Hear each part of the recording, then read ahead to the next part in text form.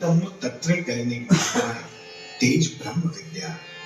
येनाक्षरं पुरुषं वेद येनाक्षरं पुरुषं वेद सत्यं प्रोवाच सत्यं प्रोवाच तं तत्त्वतो ब्रह्मविद्याम् तं तत्त्वतो ब्रह्मविद्याम्.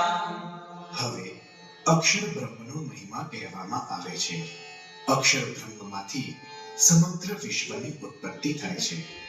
अक्षरात् सम्भवतीह विश्वम् अक्षरात् सम्भवतीह विश्वम्. સૂર્ય, ચંદ્ર, પૃથ્વી, અંતરિક્ષાદિ સર્વે અક્ષર બ્રહ્મના પ્રશાસનમાં રહે છે. एतस्य वा अक्षरस्य प्रशासने गार्गि एतस्य वा अक्षरस्य प्रशासने गार्गि सूर्याचन्द्रमा